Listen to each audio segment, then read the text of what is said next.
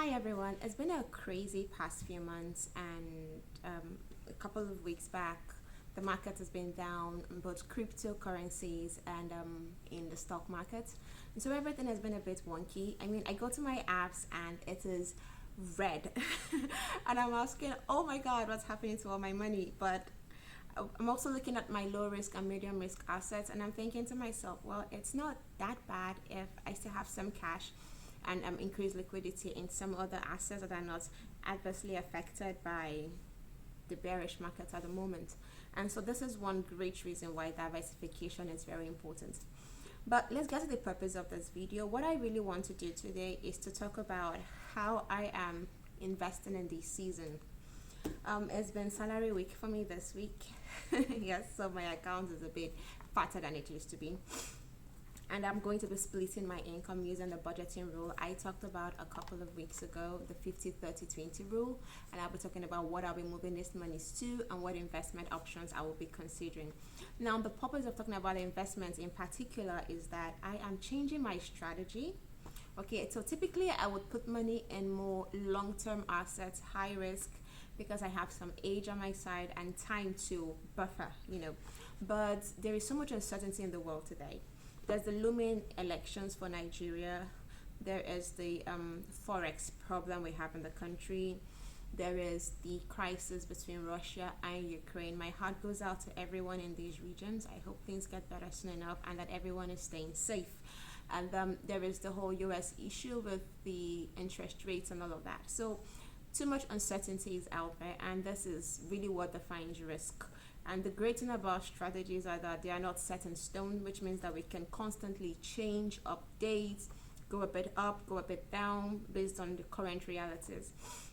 So what I'll be doing instead this period of time is, rather than investing in more long-term assets, I am going to try to have some more residual income on hand, because I don't know where things are going to, and when shit hits the fan, I want to know that I have some buffer, that I have some ready cash that I can get access to and I can use, and I'm going to be investing more in things that will not make me lose my principal because of high volatility. This does not mean I will not be investing in stocks and the likes. I'll still invest in those, but not as much as I used to in the past. When it comes to budgeting, I love to use old-fashioned ways, so I like to write in this tiny notepad and use a pen. But for the purpose of this video, I'm also going to do this on Excel so that you can see what I'm doing and where I'm moving to with all of this. So let me share my screen. I also love budgeting apps, but to get to the part where I need to budget, I need to usually run this analysis first of all. And then when I'm done with these, I can track what I'm going to be creating an actual budget for, which is my needs. While I'm starting my screen, I am going to give you a very brief refresher on the budgeting rule. Remember 50-30-20. 50% of your money goes to high risk, I beg your pardon, to your needs, and 30% to your investments, and 20% to your wants. Out of these, so with your needs 50%, you can create budgets for the month, and that will be for the month of March. So you can decide what percentage you will spend on feeding, on rent, transportation, discretionary and other non-discretionary items for your wants. And then with your investments, you can decide what your strategy is. You don't always have to stick with what you used in the past. You can go a bit forward and try to do something different this time around. So I already worked out this myself, but I'm going to walk you through all of it, and then we will just move on from there. So here's my screen popping up right about now. This is Excel. It's nothing fancy. I love to keep things really stupidly simple because I find that simple is just easier for most people to follow, and when some of these things might look like they are difficult to go with, simple makes people believe it's not so difficult, and really it's not difficult. We think of numbers and it seems so hard to deal with numbers, but it's not that hard. I am a finance person by heart, and I guess that's probably why this seems to be a bit easier for me. Okay, so get your eyes on the screen right now and let's take a look at this. So the first thing I do is to go to all my cash accounts and bring what I call balance brought forward. That's this baby right here in red. So balance brought forward is really just the closing balances on your account at the date of creating this budget and this plan. So you go to all your accounts. If there's 2, 5, 100, go ahead, get all those accounts, and then see what balances are remaining in them. And then we're going to list those first of all. So we're going to just work with column A and column B, everything from column C down to G. Just ignore all of this for now. Okay, it's not so important. I'm going to put that in purple so it's hard for you to see. So let's look at this. So in my first account, I have about 93,000 sitting there. Nigeria, so this is in Naira. In account 2, 4,009. Account 3, 97,9. So that's about 98,000. Account 4, 34. And account 5, I have 33,000. So altogether in all my accounts, I have about 264,492,000 Naira, 0.31 cover. And then I have this as my income at the end of February. That is 376,000. And I'm going to talk about this a bit more. So this particular money is less. I'm currently paying off a loan. So this money is, I love colors, so pardon all the colors on my screen. And so this money is less my cooperative contribution every month, and my loan repayment at 2% interest rate. So what this means is that my company where I work, we have a staff cooperative, and I love staff cooperatives because it's a very great way for us to save money, because your savings is deducted from source. So before your salary hits your account, that particular sum of money you have approved to be deducted just goes out of your account, okay? And you get your regular dividends, and if you want to take loans, you get loans at some really decent interest rates, and that is just awesome for people who want to borrow much, rather than going to all those loan apps that charge outrageous interest rates and cuss out your life when you default in payment, telling everybody that you're a fraudster and maybe create an obituary for you. I'm serious, those shit happens. You can use these instead. Your cooperative account. So find out if you have any cooperative society in your company. Be sure that the structure is good and that they are very accountable people. I work in a consulting firm, so most people who run our cooperative are chartered accountants, plus we have somebody from outside, not a staff, who is the accountant for the cooperative, and she manages the accounts. It's kind of useful for accountability, that's the word. So I have that here, and then when I get my salary, the first thing I do is, I'm a religious person. I have, I believe in God. I am a person of faith, so I like to deduct as first line charge. First thing I do is to remove my tithe, which is 10%. And you notice that this 10% is actually a lot more than 10% of the salary that hit my account. That's because my tithe is based on all the salary I'm earning, and not just what is related to what hits my account. So I add back my cooperative contribution, and I add back the loan deduction that has been made on the account. Everything comes back in, and then I deduct 10% of my tithe there. And then I have welfare that I donate to the church every month. It's a flat rate from usually 10,000 or sometimes 15,000, but never really more than 15,000. And this money is just so that the church can take care of the people in the church who need money for something or the other. And then when I'm done deducting those, the balance I have here is about 324,000. And so this money is where I begin to apply my split. So 50%, know what I do right now, when I talk about 50, 30, 20 rule, remember that 50% is for your needs. But because I found out over time that I tend to have a lot of residual amount left in my account at the end of the month for my needs, I realized that I don't spend as much as 50% of my money on needs, because I love to live light. I don't require a lot of things to survive. I live on the basics, and I'm usually very comfortable with that. So what I did instead was to put 50% of this money in investments, and then put 30% in needs and 20% in wants. So 50% of these amounts, that's B17, is 162, 30% is about 97, and 20% is 64,000. All right, and then we come back down and split what's for investments, which is the 162,000. I brought that down here. Now, my previous strategy was to put about 60% of that money in high risk investments, and then throw in 30% in medium to low risk. medium to low risk here, and then 20% in my emergency fund. Oh no, 20%, I beg your pardon, in medium to low risk, and then 20% in my emergency fund. But seeing as there's so much uncertainty out there, and I am shifting my strategy to more risk.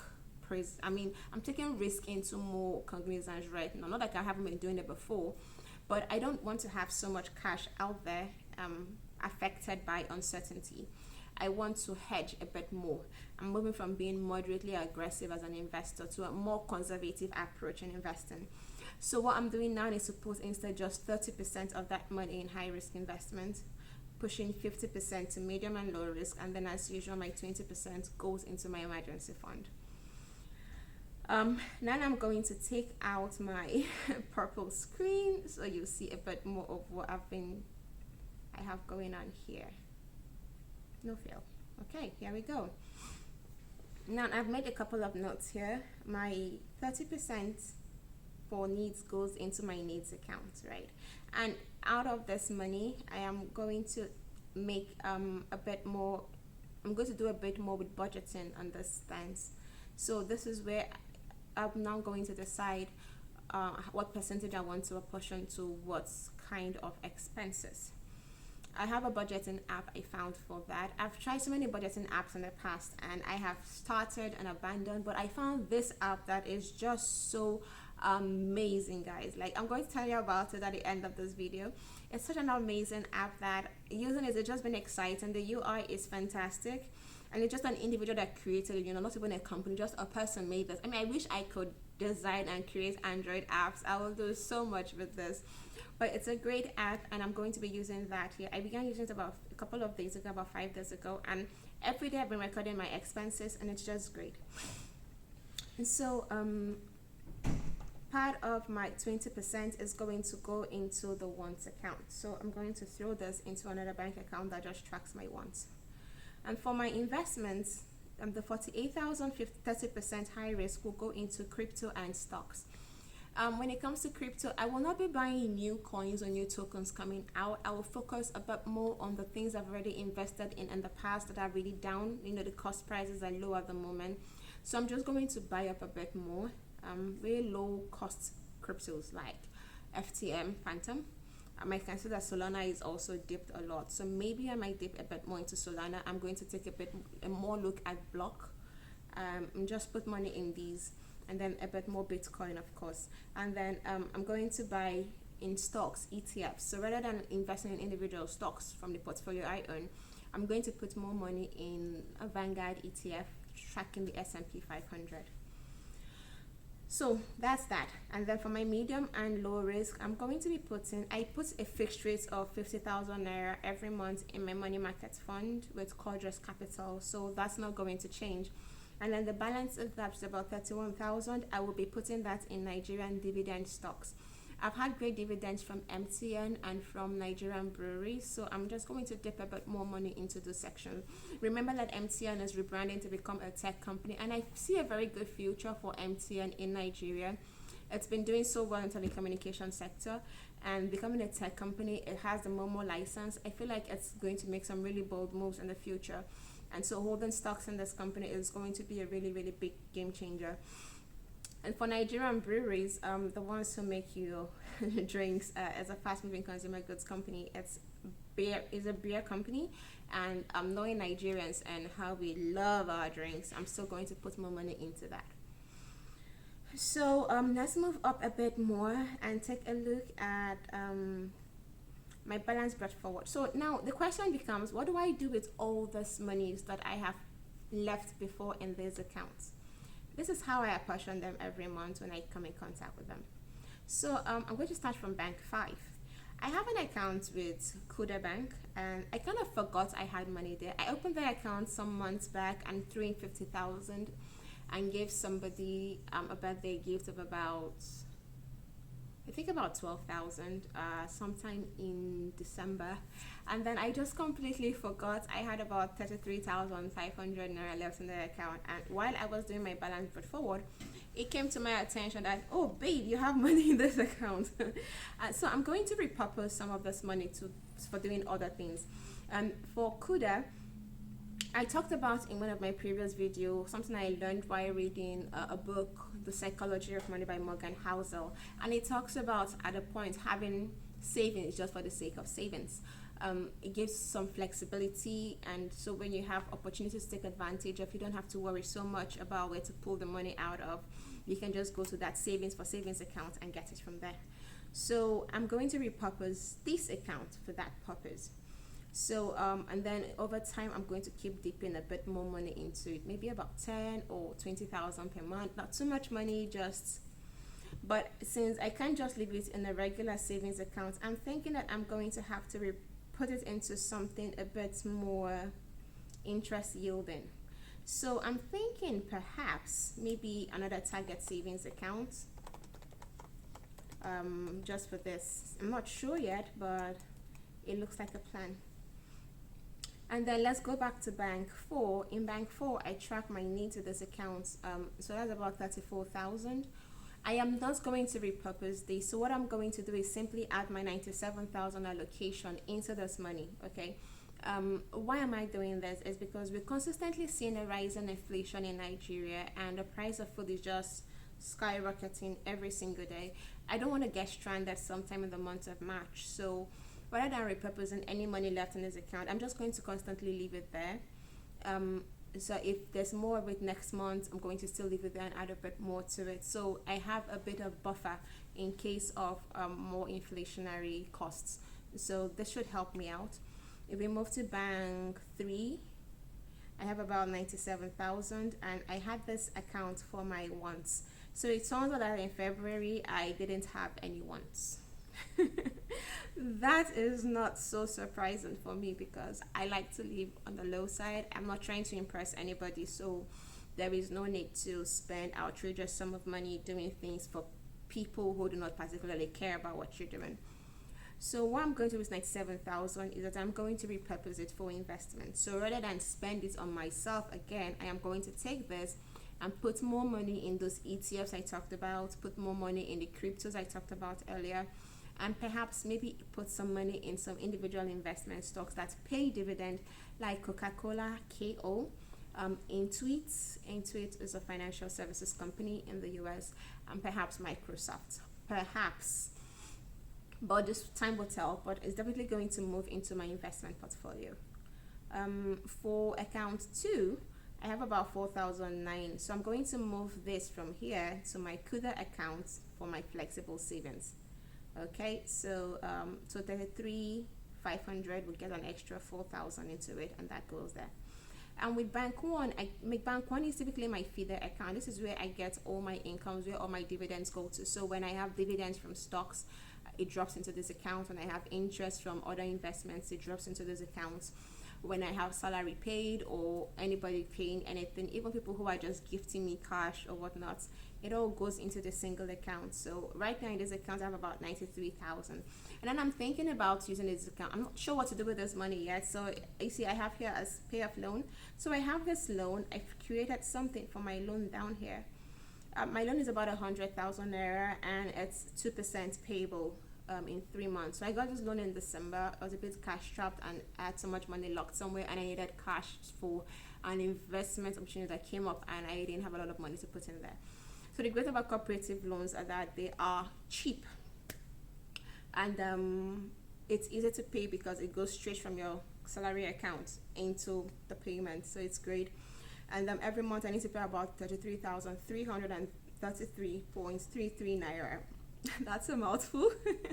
And I have to pay between February, March, and April. So I had a moratorium of 2 months. That was between December and January, February starts.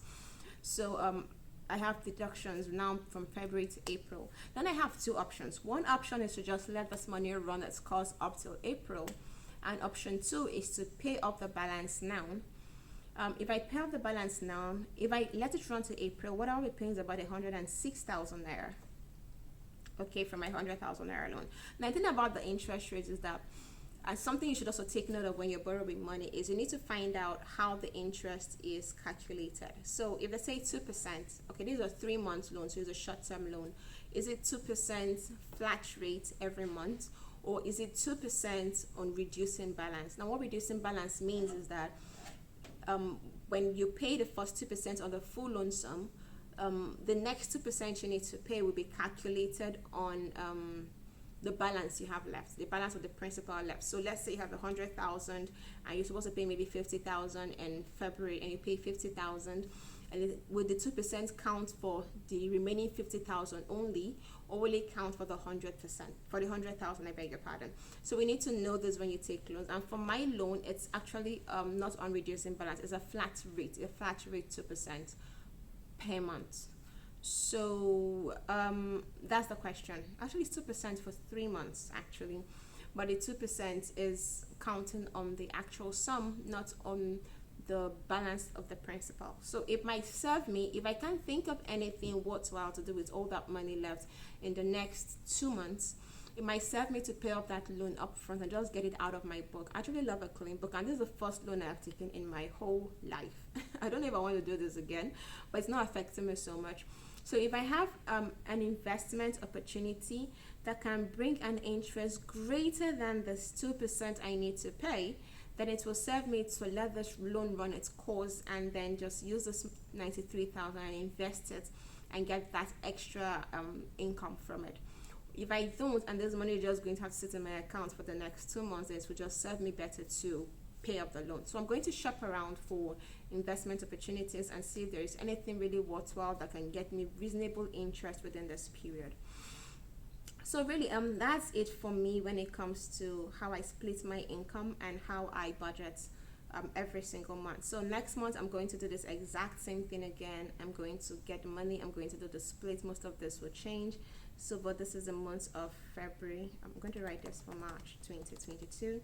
I'm just going to make this a runner, and I'm going to create something similar for investments. I'm just going to track all my investments, see how I can connect this to the APIs of Finance, and maybe a site, maybe Yahoo Finance, where I can track how stock prices are moving. But I have spoken to representatives from both Bamboo and Trove apps to see if they can include some extra functionality in their apps that makes tracking of your investments a lot easier and seamless for investors like myself and like you, who needs things to be easy and just out there for us to see all the time.